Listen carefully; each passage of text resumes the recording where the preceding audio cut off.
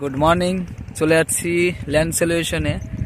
তো সকাল সকাল চলে যাচ্ছি মাঠে। তো মাঠে এসে আমি তো অবাক।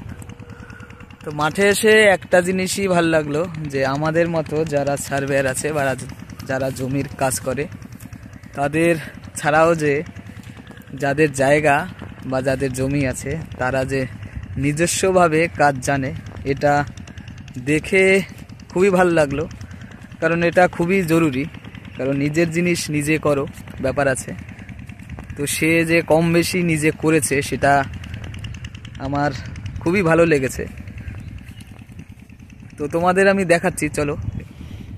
যাই হোক, এই হলো প্লটটায় ওনার যেটা ছিল, ওনার দুটো প্লট এখানে দেখুন, 32 ফুট 4 ইঞ্চি, 32 ফুট 4, এদিক দিয়েও 32 ফুট 4 ইঞ্চি।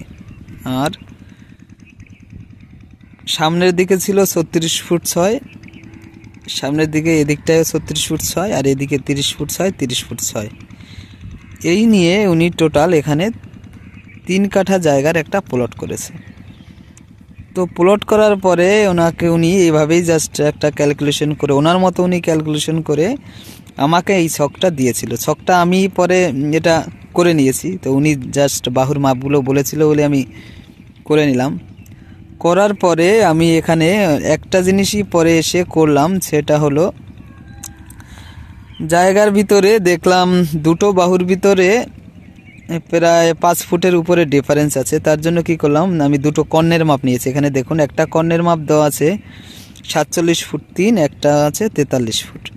তো এই দুটো কর্ণের মাপ নিয়ে এখানে প্রথম দিকের বাদিকের যে সাইডের প্লটটা আছে, মানে রাস্তার সাইডে 6 ফুট কমন প্যাসেজের রাস্তার সাইডে দুদিকেই যে রাস্তা, এই রাস্তার সাইডে এই প্লটটায় আছে 1.5 কাঠার ভিতরে আপনার ধরুন 2 স্কয়ার ফিট কম।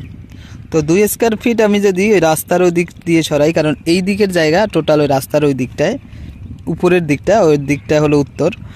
তো ওদিকে ওনার টোটাল জায়গা পড়ে আছে। তো ওদিকে আমি যদি এই প্লটের 2 স্কয়ার ফিট মেকআপ করি, তাহলে আমার এক দিক দিয়ে 1 স্কয়ার মানে 1 ইঞ্চি জায়গা সরালে হয়ে যায়। যাই হোক, তো কেউ যদি ক্যালকুলেশন করেন অবশ্যই ক্যালকুলেশন করে নেবেন। আর পরের জায়গাটা আছে এখানে 484 আর 575।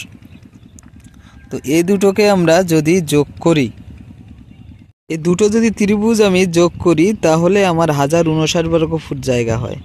তাহলে এখানে আমার কম দাঁড়ালো এখানে আপনার 21 বর্গ ফুট জায়গা। তো 21 বর্গ ফুট জায়গাকে আমি যদি আবার মেকআপ করতে যাই, তাহলে আমার এই দিকের আমি পশ্চিম সাইডের যে বাহুটা সেটা 1 ইঞ্চি সরিয়েছি, আর এই দিকের যে বাহুটা আছে সেটা আমি 1 ফুট 2 ইঞ্চি সরাবো। তাহলে হয়তো আমার এই জায়গাটা মেকআপ হয়ে যাবে। যাই হোক, তো যদি ভিডিওটা আপনি ক্যালকুলেশন করে অবশ্যই দেখবেন, আর দেখে যদি কম বেশি হয় কমেন্ট করে জানাবেন।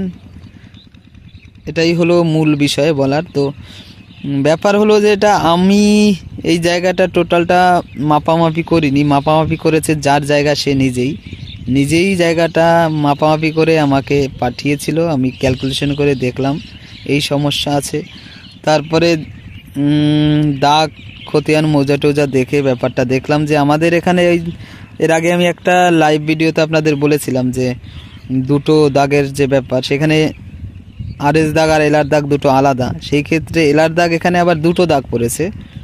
ধরুন আরএস দাগ হলো 37 আর এলআর দাগ এসে দাঁড়ালো 98 আর 99। তো 98 99 দাগ এবারে কোথায় কিভাবে পড়েছে সেটাই হলো ব্যাপার। সেইখানে এসে আমি আবার একটু দেখাচ্ছি আপনাদের। আমি এখানে যেটা দেখাচ্ছি এটা ওই প্লটেরই একটা অংশ সাইডের। দেখুন নিচের সাইডটা আছে 61, মানে 30 ফুট 6, 30 ফুট 6 করলে 61 হয়। তো এটা আপনি দেখে আবার অন্য প্লট সেটা মনে করবেন না, ওইটা প্লটেরই একটা 22 ফুটের আগে একটা মাপ নেওয়া হয়েছিল। তো সেখান থেকে পরবর্তীতে চেঞ্জ হয়ে ওই ব্যাপারটা দাঁড়ালো। আমি আগের যে স্কেচটা দেখাচ্ছি, তো এখানে আমি দাগটা দেখানোর জন্যই আমি করেছি। তো দেখুন এখানে ডট ডট ডট ডট দিয়ে এখানে একটা ছোট্ট দাগ আছে। তো তার ভিতরে একটা 57 ফুট লেখা আছে, আর এখানে 14 ফুট 6।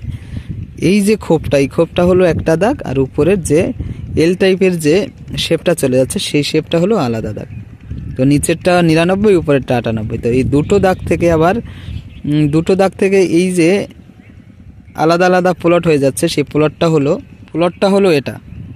তো এখানে আমার ওটাকে আবার সে নির্দিষ্টভাবে শেপ করে দুটো কোন দাগে কতটা আছে এলার সেটাই আমার মেজারমেন্ট করতে হবে। যাই হোক, এই ছিল আজকের ভিডিওটি যদি ভালো লাগে অবশ্যই সাবস্ক্রাইব করবেন আর সঙ্গে থাকবেন। Thank you.